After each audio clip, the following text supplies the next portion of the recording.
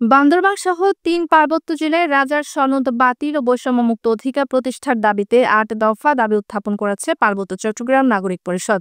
এই দাবিগুলো বাস্তবায়নের লক্ষ্যে আগামী ১৩ অক্টোবর সোমবার বান্দরবানে সকাল সন্ধ্যা হরতালের ডাক দিয়েছে সংগঠনটি ও স্থানীয় জনগণ। বৃহস্পতিবার সকালে শহরের এক হোটেল মিলনায়তনে আয়োজিত সংবাদ সম্মেলনে এই ঘোষণা দেন সংগঠনের কেন্দ্রীয় কমিটির চেয়ারম্যান কাজী মোহাম্মদ মুজিবুর রহমান। নাগরিক পরিষদ ও সর্বস্তরের জনগণের পক্ষ থেকে বান্দরবানে সকাল সন্ধ্যা সর্বাত্মক হরতাল আহ্বান করছে। বক্তারা অভিযোগ করে ৩ পার্বত্য জেলায় ভূমি ক্রয়ে, সরকারি চাকরি ও শিক্ষায় বৈষম্য বজায় রয়েছে, যেখানে রাজার সনদ ছাড়া কোনো অধিকার নিশ্চিত নয়। তারা প্রশ্ন তোলেন ৬১ জেলায় এক আইন আর ৩ জেলায় ভিন্ন আইন, এটা কেন হবে?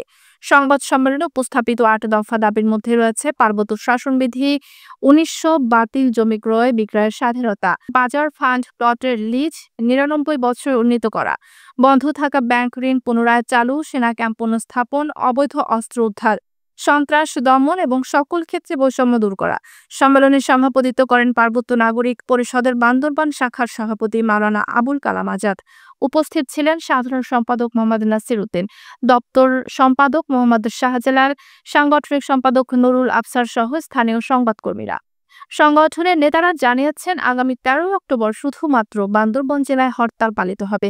পরবর্তীতে তার রাঙ্গামাটি ও খাগড়াছড়িতেও পর্যায়ক্রমে অনুষ্ঠিত হবে। অবৈধ অস্ত্র উদ্ধার করে, চাঁদাবাজি, গুম, খুন, ধর্ষণ বন্ধ করে, সন্ত্রাসীদের গ্রেপ্তার করে ৩ পার্বত্য জেলায় স্থায়ী শান্তি প্রতিষ্ঠা করা। ৮ শিক্ষা, স্বাস্থ্য, ব্যবসা, চাকরি সহ সকল ক্ষেত্রে বৈষম্য দূর করে সমান অধিকার প্রদান ও ন্যায় বিচার প্রতিষ্ঠা করা। রাখা হয়েছে টাকার বিনিময়ে হয়তো তাকে ছাড়বে। তো আপনারা এই যে ঠিক আছে, পাহাড়ে সন্ত্রাসী শান্তি বাহিনীর পরে ওটাও ঠিক আছে ভালো, কিন্তু শহরের ভিতরে যারা চাঁদাবাজি করতেছে, যে খুন গুম অপহরণ করে নিয়ে যাচ্ছে শহরে থেকে, এদের বিরুদ্ধে আপনারা সোচ্চার না কেন?